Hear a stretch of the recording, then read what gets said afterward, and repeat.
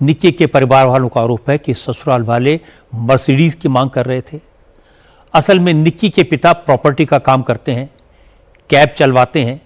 कुछ दिन पहले उन्होंने मर्सिडीज खरीदी थी।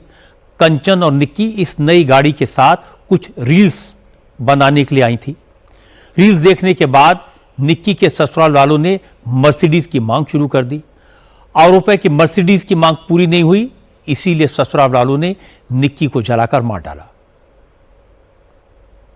जब भी निक्की अपनी बहन कंचन के साथ अपने घर पर आती थी, पीहर आती थी दादरी के गांव में, तो ये जो मर्सिडीज गाड़ी है जो इन्होंने हाल में ही परिवार ने खरीदी थी, इनके साथ रील्स बनाती थी।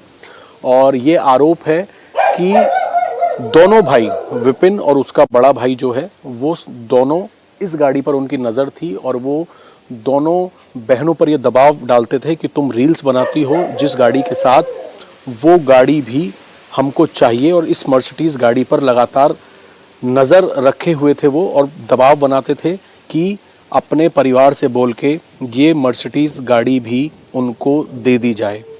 परिवार का ये कहना है कि कई बार जब विपिन यहाँ पर आता था तो इस गाड़ी को वो चलाता भी था, लेकिन बाद में इस गाड़ी को लेकर भी उनका काफ़ी ज़्यादा झगड़ा होने लग गया था। इस गाड़ी की मांग जो है वो लगातार की जा रही थी कि ये गाड़ी भी जो निक्की के परिवार के लोग हैं वो विपिन और उसके भाई को दे दें। और ये भी एक वजह बताई जा रही है इस पूरे हत्याकांड के पीछे। हालांकि कुछ लोगों का कहना है कि निक्की और कंचन ब्यूटी पार्लर चलाती थी, सोशल मीडिया पर काफ़ी एक्टिव थी, रील्स बनाती थी, इंस्टा पर अपलोड करती थी। ये बात ससुराल वालों को पसंद नहीं थी, इसलिए भी घर में झगड़े होते थे। पता चला कि इंस्टाग्राम पर निक्की और कंचन दोनों ने अकाउंट बनाया हुआ था। निक्की का अकाउंट प्राइवेट था, जबकि कंचन ने ब्यूटी पार्लर के नाम पर अपना अकाउंट पब्लिक किया हुआ था। उसके 55,000 से ज़्यादा फॉलोअर हैं। दोनों बहनें रेगुलर रील बनाती थी, कभी ब्यूटी पार्लर में तो कभी गाड़ियों के साथ। रोहित और विपिन भाटी इस बात को पसंद नहीं करते थे कि उनकी वाइफ रील बनाए और पोस्ट करें। इस बात को लेकर कई बार घर में झगड़ा हुआ।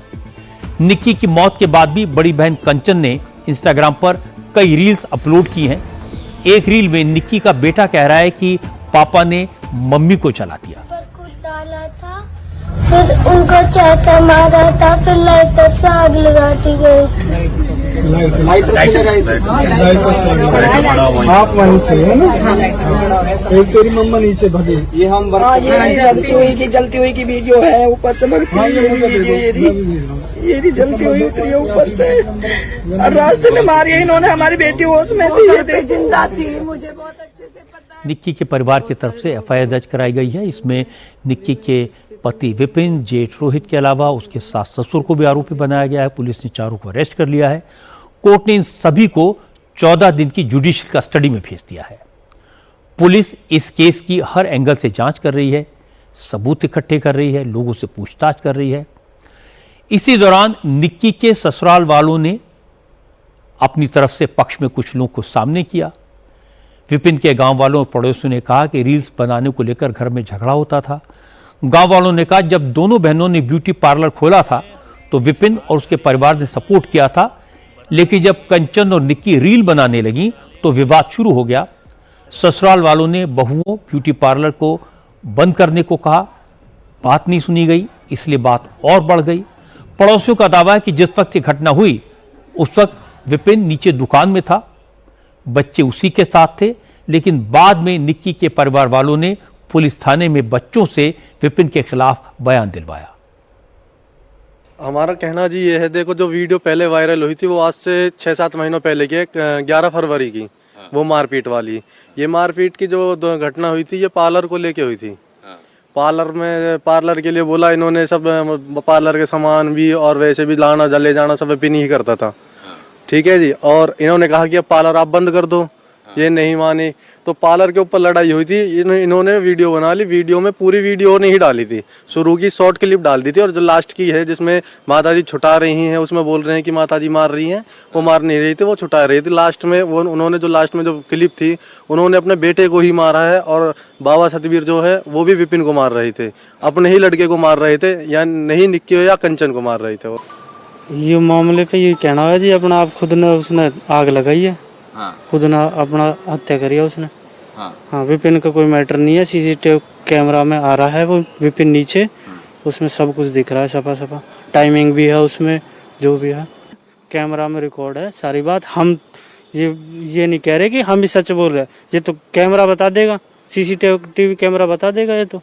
जो छोटे बच्चे से बयान लिया गया था वहाँ थाने में, वो सीसीटीवी कैमरे में आ रहा है। वो विपिन के साथ नीचे ही खड़ा है उस टाइम, जिस टाइम ये दुर्घटना घटी है। ऊपर नीचे विपिन दुकान के बाहर खड़ा है, आवाज सुन के वो ऊपर भागा है।